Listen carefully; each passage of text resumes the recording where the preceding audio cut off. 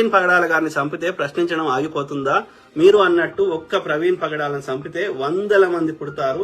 అర్థం చేసుకోండిరా బత్తాయి. Correct brother, అది కరెక్ట్ కాదు బ్రదర్. ఇప్పుడు ప్రవీణ్ పగడాల గారు చెప్పింది నచ్చలేదు అనుకుందాం ముచ్చట కోసం. సో అన్నప్పుడు నీకు చెప్పుకునే భావస్వేచ్ఛ ఉంది కదా.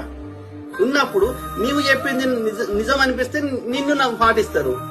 అతను ప్రవీణ్ బ్రదర్ చెప్పింది నిజం అనిపిస్తే ఆయనను పాటిస్తారు. కానీ చంపుకోవాల్సిన అవసరం ఏంది? We fight on the ideology, not on the individual people. కాషాయం షర్ట్ వేసుకోవాలంటాడు బీజేపీ వాడు. లేదు నేను తెల్ల షర్ట్ వేసుకుంటే చంపేస్తావు. ఇక నన్ను నాకు నచ్చిన దేవుని మొక్కొద్దు అంటే సమస్య. నేను నా దేవుని మొక్కుంటా, ఆయనకి నచ్చిన దేవుని మొక్కుంటే నాకు వచ్చిన సమస్య ఏంది నాకు చెప్పండి. మరి విదేశాల్లో ఉన్న హిందువులని కూడా అట్లే అంటే ఏం చేస్తావు? అన్ని దేశాలలో వచ్చి కాపాడుతావు విదేశాలలో?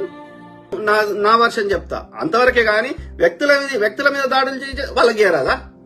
ఇవాళ రాధా మనోహర్ దాస్ గాని అందరు అనుకుంటే చంపలేరా?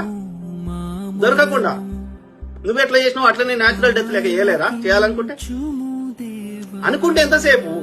మనం చేయకపోయినా ప్రకృతి ఊరుకుంటుందా?